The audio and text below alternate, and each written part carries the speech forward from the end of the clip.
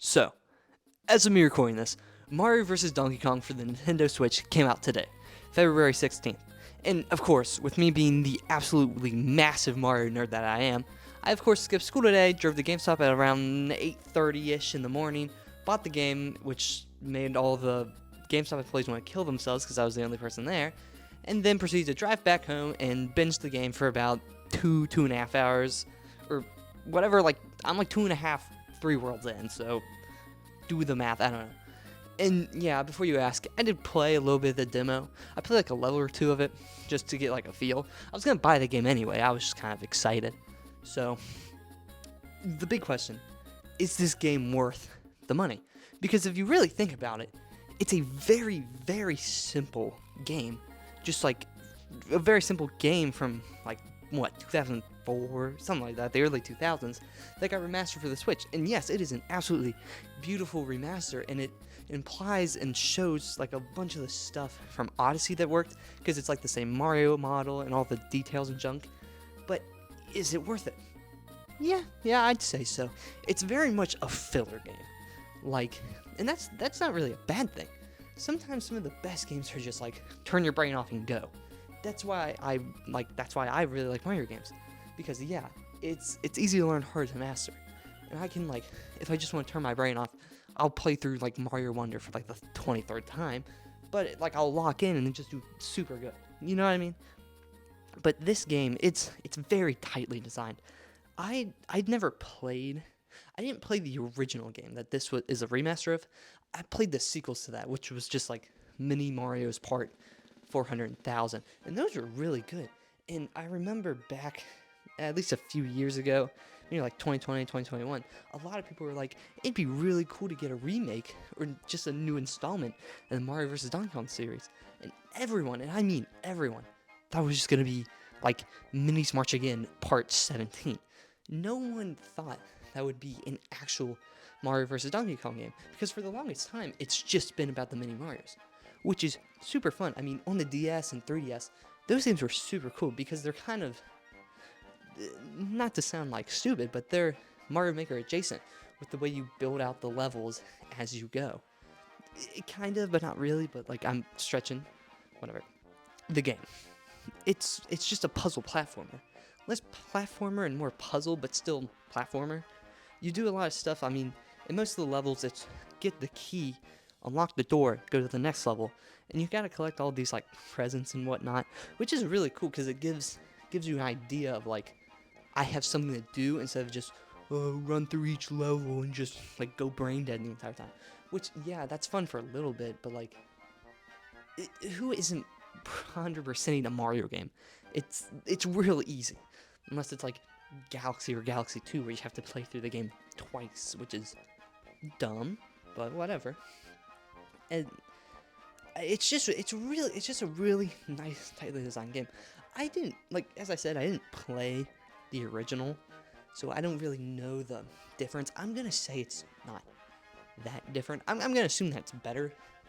I know from like at least like the little bit of stuff I've learned, because I did watch a few of the things about the original game, that it's a bit different. It's more like there's more quality of life things, like there's like a casual and then like hardcore mode, which I'll talk about that later because I got actually a few things to say about that. But it's just like, it's like not that different, but I didn't really think anything needed to be changed, because from what I'd heard, that game was already like super good, because it was kind of like a not a predecessor, but a better version of like Donkey Kong 94. It's the same concept, just like minus the original Donkey Kong part, which is very cool. That's actually what I thought the game was a remake of, like when it got announced. I didn't know there was a 2004 one. I thought it was Donkey Kong 94, and then like Minis take over. I didn't know, probably because I never played, but whatever. But it's just a super tightly designed game, and I think that really helps. It's just like, with everything feeling so tight, because with this type of game, it's 1000% a filler, and it shows, like that game, this game coming out, and then all the ones that like are following it, like what we know of the release schedule for Nintendo this year. It's very telling for the future of the Switch. It's basically like religion at this point, that every end to a Nintendo console, they're just kind of they're they're phoning that shit in. Like it's rather just like fuck it, give them whatever they want. Like we got a Peach game coming out, which who the fuck would have guessed that? And then Paper Mario: The Thousand Year Door remake. That shit's bewildering because no one in 1,000 years thought that would happen, just because of like Origami King did pretty good for the time it was released. Just like kind of like shadow dropped the trailer out of nowhere. It's like it's coming out in 2 months, and it being in COVID, that game sold really well. And yeah, people were like, hey, it's not RPG. General audiences still liked it, so no one thought the Switch would do that again. Like go back, but they fucking did. So it's very telling that like we're at the tail end of the Switch's life. Because think about it, like the Wii U, they had, well, like partially they had nothing at the end because they fucking abandoned that thing.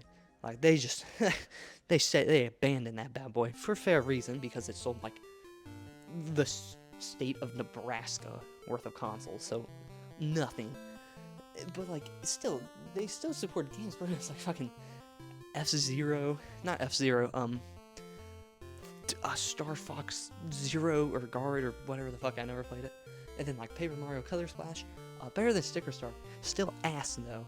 And then just like a bunch of little eShop games. They more supported the 3DS. I mean, with the 3DS, they still got games, but it was more like remakes / ports / demakes. I mean, because we got like the muddied up version of Epic Yarn and Woolly World actually doesn't look that bad, surprisingly. I mean, given the fact that the 3DS is just basically like two Nintendo lights like duct taped together worth of power.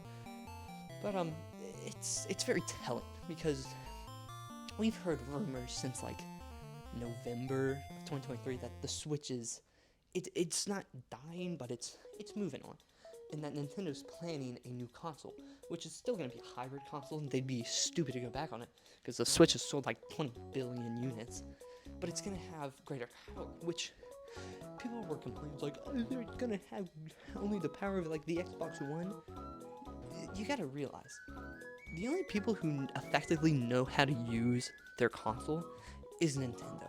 So I would trust them optimizing it for like their Marios, their Zeldas, their Pokemon, their whatever. And I still think like, oh, it's gonna be backwards compatible. There's no way it can't be. That would be ridiculous.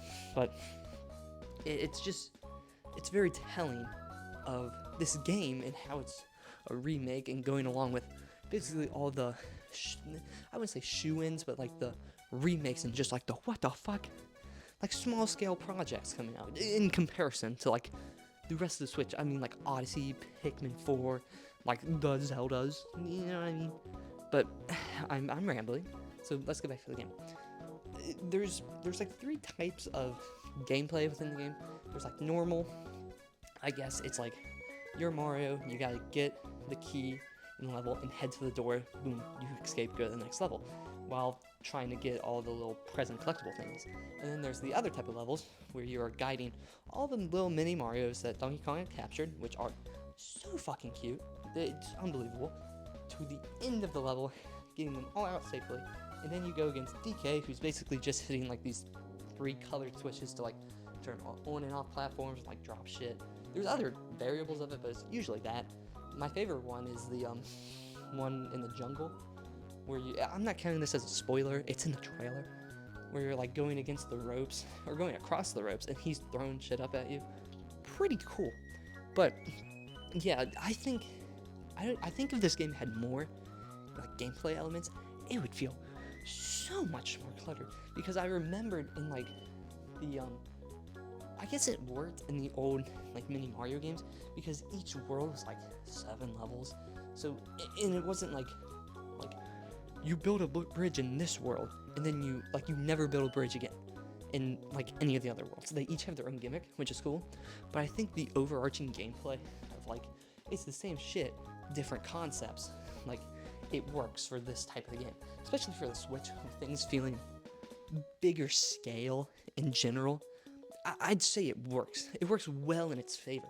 And I think this game, I'm not projecting this game to sell super well. I mean, who knows? The Switch is it just makes things sell for no reason. It just makes things sell. So, I mean, maybe it will sell like 10 billion units. We're gonna get a bunch of new installments. But I think this game is gonna be like how Pikmin was. Just a few little fillers whenever shit's down. I think that's fine for the Switch. I think as long as the Switch is able to keep up, like big boy games like Zelda, Mario, like Odyssey, Tears of the Kingdom, Breath of the Wild, like Kirby Forgotten Land, that kind of stuff, we can have these little supplementary things like this game, Mario vs. Donkey Kong, and the remakes coming out this year, and then like even things from last year, like the Pikmin remakes / port remaster things, and then like Kirby Dream Land. Like that stuff works, and it works for the Switch, where it didn't work for the Wii U because the Wii U never had a big thing. Their biggest thing was like 3D World, but that just kind of felt small scale because it was next to fucking 3D Land, which was a portable game. But I don't know, this game it's fantastic. And even if you're a Mario fan, I don't have to say pick it up, you're already doing it. But even if like you're just like, God, I want something to play, because things are kind of dry right now. We had like last year was one of the best years for gaming. We had Tears of the Kingdom, Mario Wonder, Spider-Man 2, and then like Mortal Kombat 1, weird but not, like Alan Wake, Baldur's Gate, all of that kind of stuff. The God of War DLC, all amazing things. And this year, it kind of like things are slowing down because you can't. Like, there's no way it's like 2017 Part 2. Last year it was just peak. It was amazing. But if you're bored and you have a Switch, you're like, oh, I want something to play just like in general, get this. It's a very much just like, it's a chill game. It's like there's not high stakes. There's not a story. It's Donkey Kong stole a bunch of toys. Like, it's not deep, but it's fun, and it helps build like just the Mario catalog of remakes and all that junk. And hey, if my recommendation means anything at all, I recommend it. It's super fun. I'm having a great time with it. I'm probably gonna finish it by Sunday because I have no life. So I recommend it. It's very fun. It's a very tightly designed game, and yeah, it's just, in my heart, it's 100% worth the $50 price tag, which I think it's gonna help sell it because it's not a full $60 or $70 game, which ridiculous if it was $60. I still would have bought it, but like, don't trust me. I have no self-control. But yeah, it's totally worth it to me, and it's just a really tightly designed and fun game. And so I think I've rambled long enough about this game. That's like not even that long. So let's get to the outro.